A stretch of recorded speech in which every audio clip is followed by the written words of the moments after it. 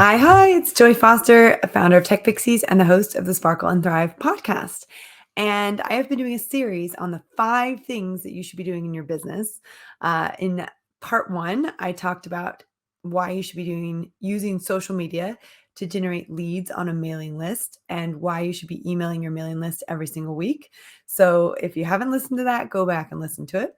In part 2, I talked about once you've got a, a mailing list and you're emailing that mailing list on a regular basis and you've got your social media following that's converting onto that mailing list, why it's important that you're doing networking. And I talked about the difference between networking and paid advertising. And the thing is, you can't do paid advertising and you can't do networking effectively until you've got the lead magnet, right? So in some ways, you could think about social media as your networking. But the thing is you're using social media to reach people that you've never spoken to before, you've never connected with before. You connect with them, you get them off of social media and onto your mailing list. Well, that's the way you would do it organically. And that's what we've been teaching at TechPixies for a very long time. We've been teaching organic social media, how you build up relationships with people organically using social media. Social media is very much about connecting with people, whereas your sales are in the mails. And that's why we get people to move from social onto a mailing list using a lead magnet. Here's the deal though. When you do it organically, it can take a really long time. And TechPixies was running from 2015 to 2019 without any paid advertising. Everything was done organically. Now, I didn't know anything about paid advertising, and I wish I had, because if I'd known about it earlier, I would have been able to grow my business a lot faster. Now, paid advertising has been interesting because at TechPixies, we've spent probably over 300,000 pounds on advertising over the course of 8 years. So it's not, and actually really over the course of the last 4 years. So that's a lot of money to spend on advertising. But I know now what I didn't know before because I spent that much money. So I can tell you a little bit about it. And I didn't dive into this as much in the last podcast, but I want to talk about it now because I want you to know that I did a lot of things wrong and I don't want you to make those same mistakes. So the typical thing that people do when they start with advertising is they boost posts. And I'm not against boosting posts, but there's new methods now which are better than boosting posts that you have a lot more control over that you can put in place. Some of those methods are things like conversion ads or video play ads, where you show people a video and you encourage them to watch all the way to the end of the video. Now, one of the things that's a great bonus of that is if someone's watched your video all the way to the end, if it's like a 30-second video or a 60-second video and they've watched all the way to the end, you know they're interested in you. So then you can put ads in front of them that convert them onto your mailing list. So we have a woman in our mastermind right now. She sort of created some videos that did really well organically on Facebook and Instagram. And then she took some money and put some money behind getting people to watch those videos. And today in our mastermind meeting, she said she had 600 people who'd watched her videos all the way to the end. So that's 600 people that were interested enough to watch her video all the way to the end. That's a great opportunity to then put something in front of them that would say, hey, if you're interested in working with me or learning more about what we do, or here's my free guide, or here's my free training, or whatever, then you can put an ad like that in front of someone who's watched your content because you know they're warmed up to it. So we didn't talk about that on the last podcast because there's a lot to go into and unpack there, which I don't really want to do right now on the podcast. I want to stay focused on the 5 things that you need to do in your business. But I wanted to just spend a little bit of time talking about that, because if you want to accelerate the speed at which people get onto your mailing list, which then means you can accelerate the speed at which you can make offers and the speed at which you can make money, then you are going to have to lean into paid advertising. And that's why I talked about it on the second part. And that's not to say that those of you who don't want to invest in paid advertising, that networking is not going to work for you. Networking will work for you. It's just a slower game. It's a slower game. In fact, I had a really great chat this morning with one of our other mastermind students who doesn't want to do an online training program, but she wants to build an agency and she wants 5 clients. And we were talking about, well, what's her strategy because actually maybe paid advertising isn't it. And we had a really good conversation. We went back and forth. Is it networking? Is it paid advertising? Is it a combination of both? And really, we got to a place where I think she's got a really good plan. But the key is to know, what am I trying to build? What am I trying to build with my business? And what is the best way for me to reach the person that I want to reach? If you want to do one-on-one coaching and you want to do service industry, agency industry stuff, networking is perfect because you only have a certain capacity that you can do. You can only take on 10 to 20 clients a week of recurring clients if you're doing one-on-ones. And you can only take on, 3 or 4 or 5 agency clients if you're running an agency. So when you have a finite number of people you want to work with, networking is great because every time a gap opens up in your portfolio of who you can work with, you can go back out to networking and get people on, get people in the door. And that's what we talked about last week. So I'm not saying the networking doesn't work. It does work. So networking is a great way to build your business. Paid advertising is a great way to build your business. What I like about the capacity with paid advertising is, if you know you have limited time, which a lot of women do, right? Like, I have limited time. I've got 2 children. I've got an almost 12-year-old and a 13-year-old. I've got limited time. And we have a dog and we have a cat and we have, my husband travels a lot now. So we've got things going on where someone needs to be in the house. And for a period of time, I was working out of the house to bring in some extra income. And it was really hard. It was too much time away from the house and things started to fall apart in the house. And I hadn't been out of the house for a very, very, very long time. It's because I had always built my business from home. But when there was a period of time where I wasn't generating enough income in my business to take a salary, and instead I wanted to invest in some coaching to help me get over that period of time, which I did. And I got over that period of time with the coaching, which was brilliant. And then could get back to a place where I could take a salary. That period of time, we experimented. What is it like when I'm not in the house? And it wasn't good. Everyone got sick and there were all sorts of problems. And it was just way easier for me to be at home. So I made the decision to, come back home. But also the other thing about that was I got my business to a place where I could come back home. So I could very confidently say, no, I'm going to come back home. I'm going to take a salary again. And the sacrifice I made to pay for coaching to get the business back on track was worth it. Right. So I have to say that was 100% worth it for me. And that was a key piece to me also knowing I don't want to build a business where I'm not working from home. I want to work from home. And there's a lot of clarity that came from that. I like being home. I like being available. I like knowing that even if I'm working, my kids are in the room next door and I can be available to them if they need me to be. And same thing for my family. Like, I can be here to do the things I need to do. So that's important to me. And that might be important to you if you're listening to this and you're wanting to know what are the 5 things I should be doing in business. If you are a mom or if you have caring responsibilities for other people in your life, might be your parents. There was a period of time when my husband's father was living with us for 18 months. He lived in this. In fact, this was his bedroom. The room that I'm doing this podcast in was his bedroom. He lived in our house. I was responsible for making sure he was okay.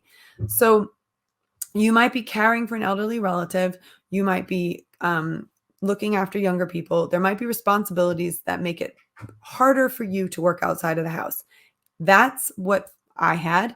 And that's why I really value working from home. And I really value being able to build a business that I can work from home with. And I can work with people all over the country. And now I'm working with people in Switzerland and in America. I've had a couple clients in Spain. So I'm working with people in the Netherlands. So I'm working with people outside of the UK even now, and I'm able to help them move forward. And I don't even have to leave my house. Now, there's a flip side to that. You got to get yourself out at some point. So hence the dog. We have to go for daily walks. That was a good move. So let's talk about now the third part of this series, which is the 5 things you should do in business. So let's say you've got your social media up and running. Tick. Let's say you've got your lead magnet in place. Tick. Let's say you've got ads running to drive people to downloading that lead magnet. Tick. Or you're going to networking events and you're getting people to sign up from the networking events where you're giving talks about things. You're inviting them to grab your free training or your free guide or whatever from the stage. Remember, I also talked about the difference between networking and being an audience member and networking and being on the stage. Big difference, right? So let's say you've now got people coming onto your mailing list. Tick. All right. There's 2 more things you need to do in business. And then there's one thing that underlines everything, which is like your bonus thing. So I'm going to talk about that too. So the next thing you need to do once you've got your social media converting to an email list and you've now got regular email readers, people who are opening up your emails every single week, now you want to make an offer. And in fact, it was really funny. On today's mastermind call, someone said to me, what's more important, making an offer or building your course? Making an offer, because there's no point in building a course if no one's bought it, right? You could work really, really hard on an amazing course. You could work really, really hard on an amazing service. You could work really, really hard on an amazing product. But if you don't make the offer, or if you make the offer and nobody buys, then it doesn't matter. So the key here is that the offer is more important than the product. Now, that's not to say that the product's not important. The product is very important. But if no one buys it, if you do an offer, no one buys it, then thank God you didn't build the product. Thank goodness you didn't spend 100 hours of your time building a product nobody wanted. Now, there's factors why launches don't work. All right. So a launch is when you make an offer for your product. And sometimes you make an offer and you just don't have enough people on your list, right? There's not enough people to make an offer to. And so really understanding conversion rates is really important when it comes to making an offer. But here's what I want you to know. If you've got a social media following and you're converting it to a mailing list, and that mailing list is opening up your emails because you're sending weekly emails, this is very important. Remember that question on my mastermind spreadsheet. Am I sending a weekly email? Yes or no, right? You're sending your weekly emails. People are opening these emails. Once you get to around 100 to 300 people, you want to start making offers. And you want to start seeing, can I get people to go off the mailing list and become customers, right? Or, on the mailing list to become customers. So you think about it this way, get someone to go from social to email, from email to customer, right? So that's what you're working towards. Someone who's never met you before, doesn't know who you are, totally cold, coming into your world on social media, building up the know, like, and trust factor, warming up and coming onto your mailing list. And then you're connecting with them regularly every week on your email list. And then when you make an offer, they're ready to go. They're warmed up. They're excited. They want to work with you, right? So that's where we want to be. But you can't really make an offer until you've got 100 to 300 people on the mailing list. Now, that's not to say that you can't build in an offer to when people get onto the mailing list. So you could, for example, like Carrie Rian, who was one of our social media students, she had a free guide for mass anxiety. She could put for parents with children with mass anxiety. So she could put on her email, hey, I'm really glad you grabbed the guide. P.S. Did you know I also do one-on-one tutoring? I only have 3 spots available for the month of May. Click here if you're interested. And then she could click, and then she could start that conversation with someone who's interested in one-on-one tutoring. So that's not to say you can't make an offer from the get-go. In fact, I would, if I was just starting out in business, I would be making an offer from the get-go. I would have a P.S. Did you know I wrote a book? Go grab it. P.S. Do you know I have a mini course on Inbox Zero? Go grab it. P.S. blah, blah, blah. If you can put a P.S. in there, P.S. book me for a social media power hour. If you can put a P.S. in there that then converts to some sort of exchange of money, that's your hot, hot, hot client, right? And if you have it in a way that it doesn't take your time, but that they're buying something that connects with you, but that they're interested in going deeper on, then you can seed that product to work with you directly. But you already know you're working with someone who's willing to invest money in working with you. That's an advanced strategy, but it's a strategy I would recommend anyone who's list building is doing, is have a PS and have an opportunity to come in on a low cost something, 17-pound product or 37-pound product, 47-pound product, something below 50 pounds that they can buy, they can work with, they can get results from, and they can get to know you, like you, and trust you a bit more. And you can go deeper on a selling journey for something greater, right? And if it doesn't work, then, you've tried it and you try something else. But the key is that we got to start making offers. We've got to start making offers. And you could do that from day one. You don't need to wait till you've got 100 or 300 people. The reason that people in this industry, the online business industry, recommend you have 100 to 300 people on your mailing list is because then you can put together a webinar, or you can put together a challenge. You can put together a flash sale, and you've got the volume of people to actually convert in a way that it's not one-on-one. That's basically what we're talking about.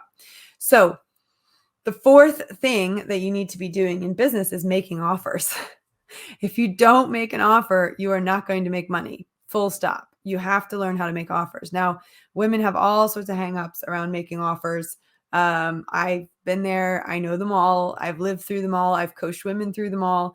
So, if you've got a hang up about making an offer and not feeling like you're a sleazy salesperson, I hear you. Okay. Because I have been there. One of the best books that I read, because I'm a huge fan of reading books, one of the best books that I read was Lisa Sasovich's book, Meant for More. And she really talks about selling as a service, understanding that I have a product or a service that I'm bringing into the world that's going to make your life better. And you don't have to buy it, but it's my obligation, my job to make the offer so that you have the opportunity to buy it if it's something you would love. And what I know is that when women get their confidence with social media, when women get their confidence with business building, everything else changes for them.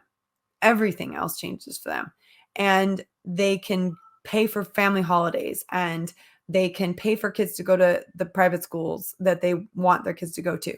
They can put food on the table. They can buy a house. They can do amazing things, right? Not everything is about vacations and private school. Although, let me just tell you that it makes a big difference for some kids to be in a school that's very clearly suited to them.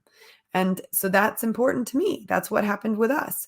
We have kids that have real special talents, and it was important to me that we do everything we can, including at one point in my life working 3 jobs to make sure we could fund the tuition for one of those children, because we can see a path in them that we could nurture and curate with a private school that we can't with a state school.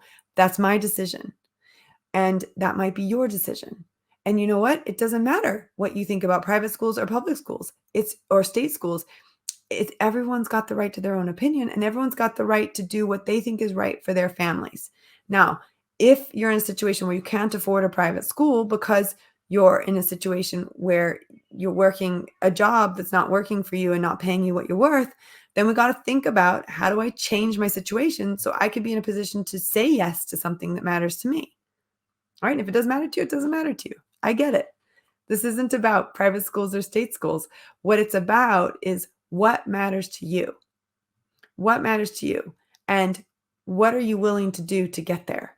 So for me, what matters to me is that my kids get the education that's right for them.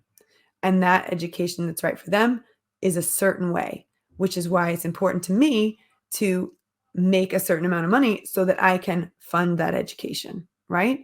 So when we're thinking about making an offer, we're also thinking about, what am I doing with the money that I'm making, right? Especially women, because what we know, and what I've taught in the Money Mindset Masterclass, is women are way more community oriented with the money that they get. Women invest in health, well-being, education for their families and their communities. That's what they invest in. So you give a woman more money, and that's what you're going to get. You're going to get more education, more healthcare, more well-being. That's what women invest money in. So that's very important to me that we start to really understand that, because one of the hangups for a lot of women is that they don't want to be greedy, and that they don't want people to see them as greedy. But I want you to know that women who are very, very wealthy are doing incredible things in this world. Jamie Kern Lima, Sarah Blakely, Oprah Winfrey, Michelle Obama. These women are making really good amounts of money, like very good amounts of money, and they are contributing back into the world. Melinda Gates, Reese Witherspoon, right? I mean, I could give you a whole list of women. And in our Money Mindset Masterclass, I actually have a book list of women who've built incredible businesses and what they did with that money. So the key here is to know that when you make it as a woman in business, there's a 99.99% chance you're going to make the world a better place. So stop worrying about being a greedy SOB, because you're not going to be one. You will not be one. And what freedom will you have when you start charging what you're worth, start earning what you're worth, start bringing in the money into your house, that you can do the things that you want to do for your family? That's what I want to say about that. So what I learned from Lisa Zasevich is that an offer is really good for the world. And I have a gift and a talent to bring to the world. And if I don't make an offer, I'm depriving the world of that talent and that gift. Okay. That was the gift that Lisa Zasevich gave me. So she also talked about how she named herself the sales queen so that she would get more comfortable with kind of having that persona, right? And we know that we can't outperform our self-image. So if we don't see ourselves as a sales queen, we're not going to become a sales queen, right? Very important. So the fourth thing you should be doing in your business is making offers. You need to make offers, and you need to make offers on the regular. I just for this podcast, I did an exercise. Well, not just for this podcast, but it's very useful for this podcast. I did an exercise where I reviewed all of the launches that I did since March of 2022. Now, just for context, I do 3 different types of launches, and then we have a couple sort of email launches that we do as well. But the 3 main launches that I do are the Social Media Superhero Bootcamp, which is 4 days, 4 hours, so 1 hour every day. We do the Social Media Crash Course Webinar, which is 1 hour, and then we make an offer. And then the last offer that I do, like the big offers, is my vision workshop. So I run a vision workshop pretty regularly, and it leads into our life coaching programs. So those are my 3 main ones. We have a new one called the Business Beyond Social Masterclass, and that's the one that I just taught last week. That training is also an hour, and it leads into an offer. And we will probably build out other ways to come into Business Beyond Social, but right now we're just doing a 1 hour webinar. So the key here is that you have a system by which you do that. So I have a 4-day challenge / boot camp. I have a 1 hour webinar. And then my other one, my vision workshop, is 3 hours long. So it's a 3-hour long thing. And off the back of each of those, I sell my programs, which are anywhere from 797 pounds up to 2,997 pounds, right? So that's the price range that I'm offering off the back of those. We also do email offers where we might have a special offer for a very short course. So I have a 4-hour Money Mindset Masterclass. And when I teach it live, we then sell it to people that aren't in our program, that didn't get it as a bonus. And we raise a couple £100 or more for our scholarship fund. So the key there is that we do an email offer. So we have a low cost product, 47-pound product, or 27 pounds. I think it's 27 pounds to come live and 47 pounds for the recording, something like that. And so we have a low cost product, and we just do an email sale over 2 or 3 days, right? Or when we're doing alumni renewals, we'll do a launch through email. That we won't do a webinar. They're alumni.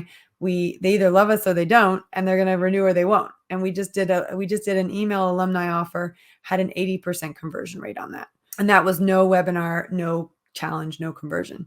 So an offer is something you need to build up regularly. So just for your knowledge of how often you should make an offer.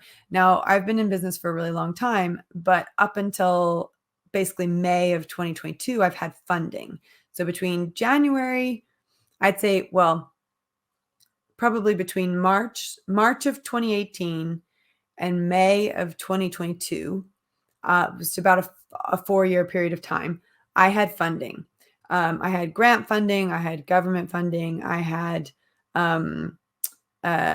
investor funding, I had social investment loans, I had bank loans, I had lots of funding. I had different ways of funding. June 2022, we had 0 funding. TechPixies has had zero funding since June 2022. So I've had to build everything since June 2022 as if I had no funding whatsoever. So if you're listening to this podcast and you're like, well, Joy did it, she built her whole business using investment. I did build my business up to a point using investment. In June 2022, I had zero investment.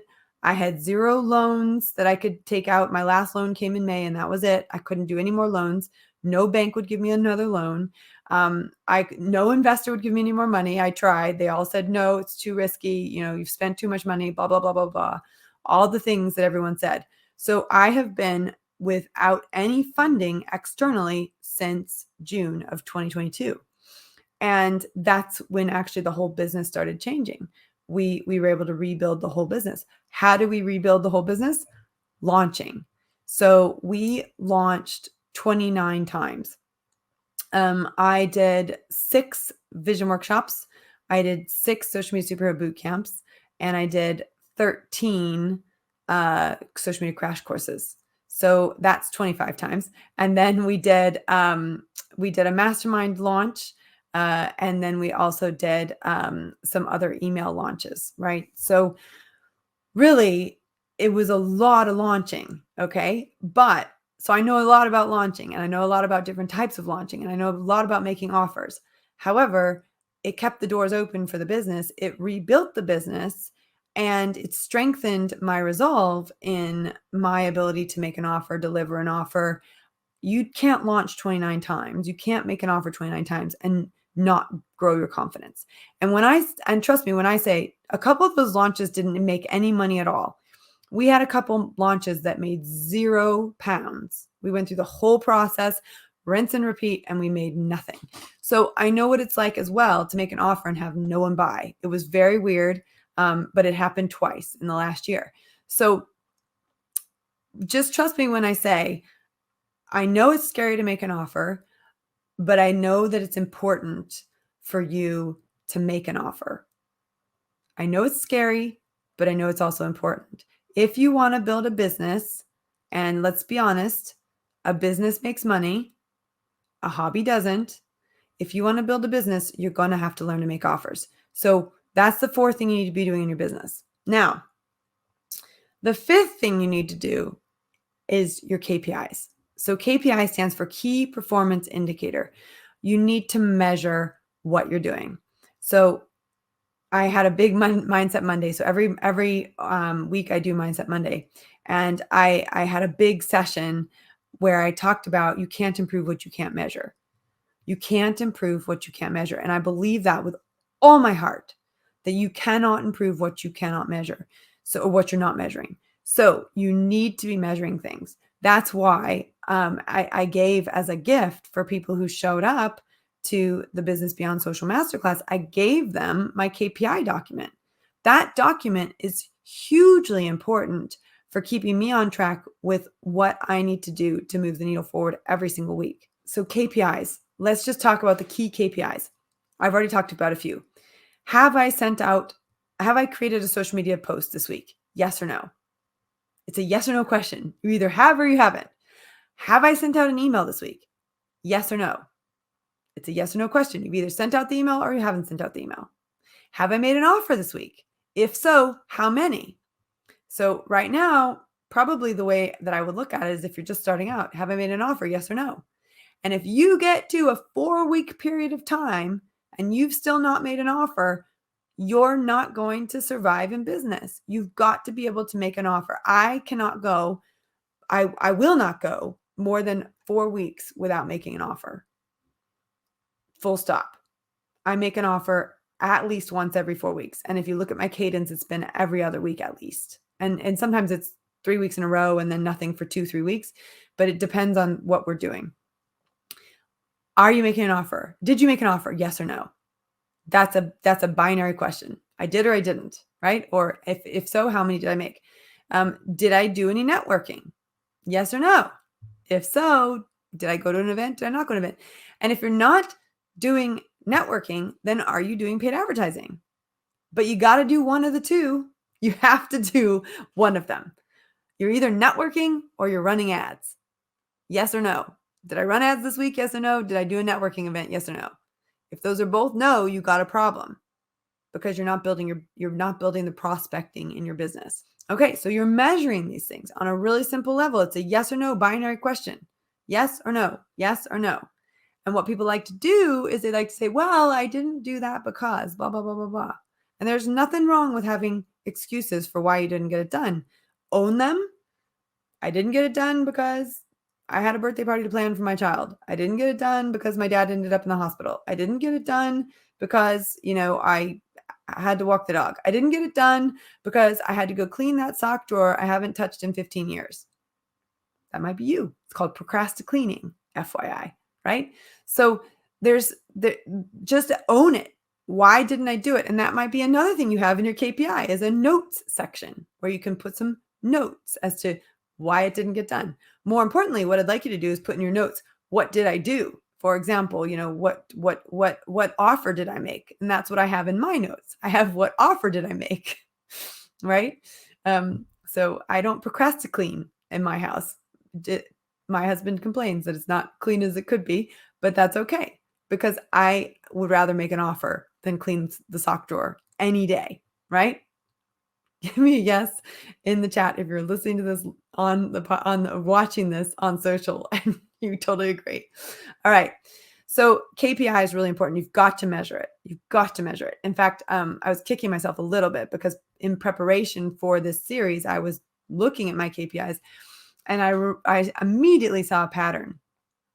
So whenever we made an offer, if we made a 48-hour or a 5-day sales sequence, we didn't convert as well as when we did a 7 or 8-day sales sequence.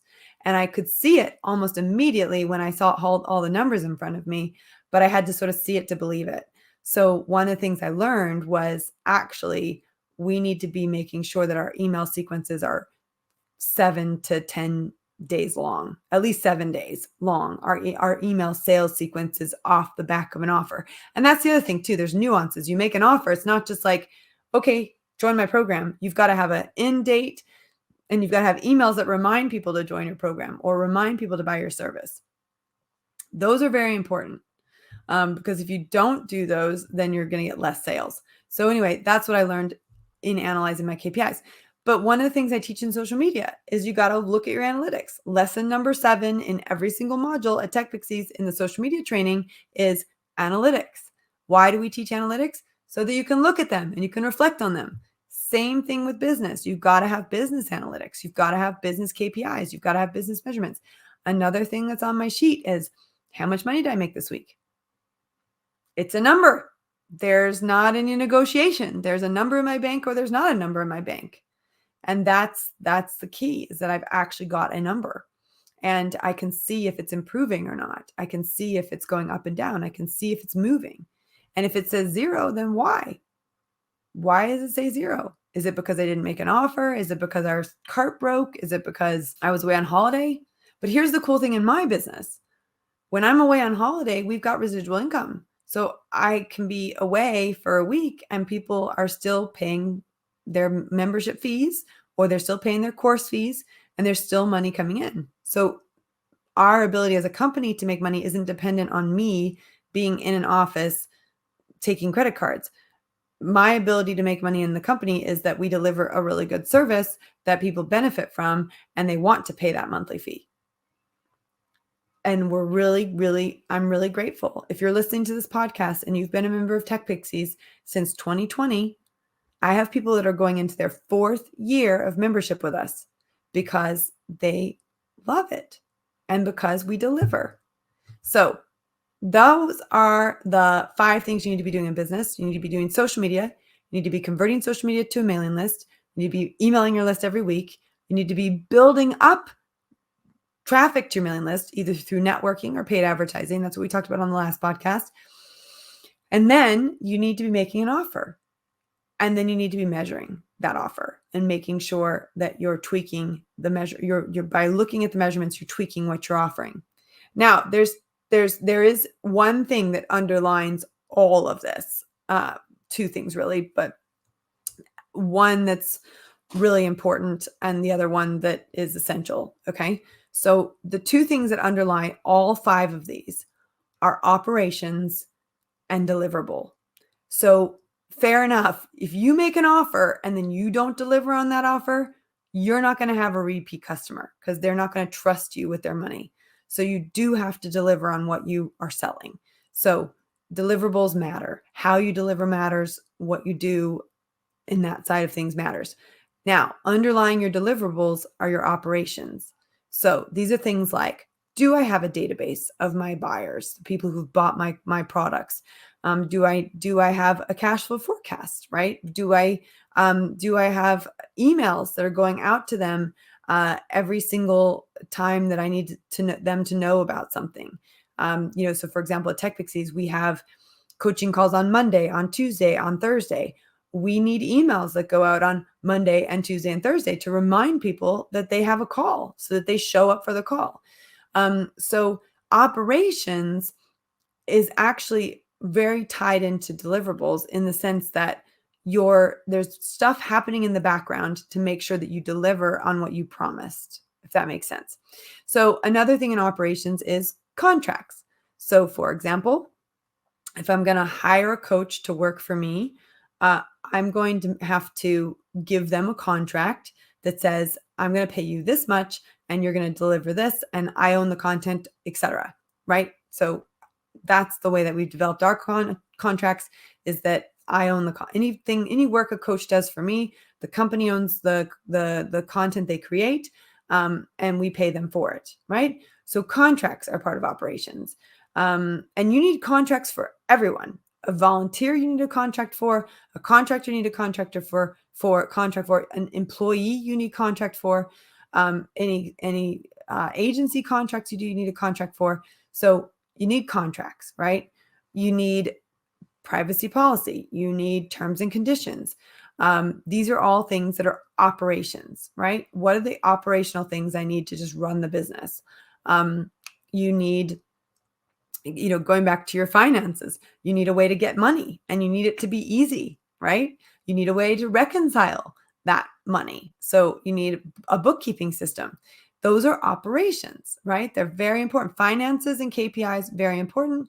They rely on operations running smoothly. So underlying all 5 of these things I just talked about are the operations of the business and the deliverables. And those are very important for you. So hopefully these 3 episodes have been really useful for you. And for many, many, many, many tech pixies, they are in that very first stage of getting their social media up and running and converting people over onto a mailing list. What I would really like to start seeing people do is move beyond that. And I know some people are ready for that, which is why we invited people to join our Business Beyond Social program. So if you have a social media following already and you are getting people onto a mailing list, or even if you don't know how to get people onto a mailing list, but you've got a social media following and you want to figure out how to convert that social media following into a paying clientele, the Business Beyond Social course is the thing for you. That's exactly what we're going to do. We're going to rotate through 6 key topics with some expert coaches, women who are in my mastermind and who are incredibly talented. We're going to be rotating through these 6 key topics, and we're going to just rotate through them over and over and over again for a full year. So your program, your ability to join Business Beyond Social is a year-long opportunity. It's not like a 6-week program or a 12-week program. It's a year-long program. And I don't know how long it's going to be a year-long program for, but we want to give you a full year of support in order to convert your social media following into a lead magnet, get them onto your mailing list, start making offers, start driving paid traffic to get people onto your mailing list.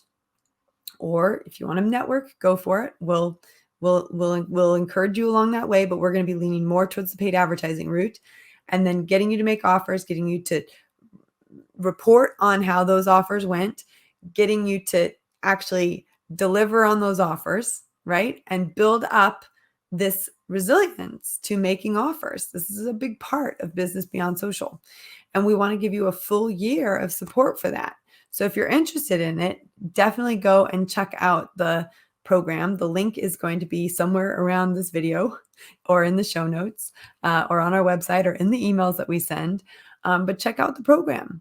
because it's designed for those of you who now know how to use social media and want to now up your game in terms of making money off the back of it so that you can do the things that you would love to do in your life while at the same time improving the lives of others with your product or your service. So that's my hope for you, is that you check out our Business Beyond Social program, that you come in as one of our very first students in that program. We have been testing this program for a year with a small group of people. It's been a wonderful experience. So it's not like this program's never been done before. We have done it before, and we're now looking to improve it, and we're looking to work with individuals that are ready to go beyond social and start building a business. So if that's you, reach out to us at support@techpixies.com. Put in your subject title the word business beyond social, and then we'll be able to reply back to you and answer any questions you might have about it. I want to know about the type of business you're going to do and all that good stuff. So send us an email, title business beyond social, support@techpixies.com. Go check out the information about the Business Beyond Social program on our website. It should be right at the techpixies.com website. It should be right there. It should be right around here. And I look forward to hopefully working with you to help you go beyond social and get into business. Have a great day.